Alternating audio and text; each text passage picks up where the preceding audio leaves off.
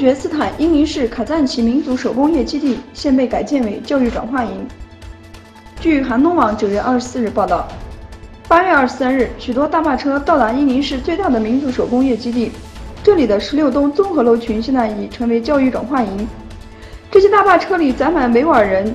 8月24日，又有800多名45岁以下的维吾尔族妇女也被送到这里。据说，东突厥斯坦其他地方都有出现类似的情况。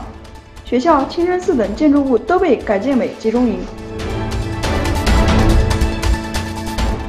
中国所谓在教育中心关押着100万东突厥斯坦维吾尔人的消息被曝光后，震惊西方社会。美国政府对维吾尔人的情况恶化表示关切，美国国会人士也呼吁制裁。国际聚焦之下，传近日中共当局正在将暂押的维吾尔族人向各地分流，过程高度保密。据大纪元报道，有大陆体制内消息人士从其警察朋友处获得消息，近几天被关押在教育中心的维吾尔族人再往各地分流，这个作业高度保密，运送沿线全部戒严。消息人士对大纪元透露，他所在的地区被分流了1500人。参与工作的警察都签了保密协议。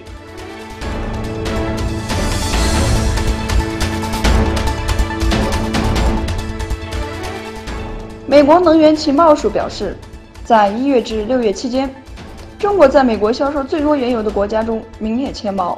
在此期间，美国的原油总出口量为每天180万桶，其中约1/3，即每天37.6万桶，21%流入中国。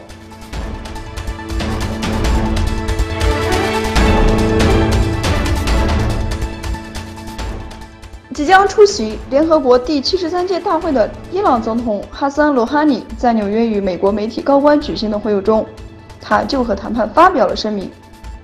关于与美国总统唐纳德·特朗普会面的问题，罗哈尼表示，将伊朗与朝鲜相互比较是不合适的。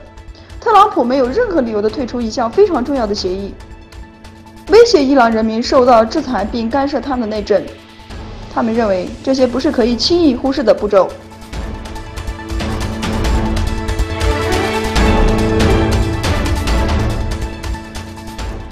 俄罗斯声称，以色列将试图摧毁 S-300。俄罗斯军事专家伊戈尔·克罗琴科表示，俄罗斯应该在向叙利亚装付和交付 S-300防控系统时采取安全措施。克罗琴科声称，以色列将采取行动摧毁俄罗斯在叙利亚的防空系统。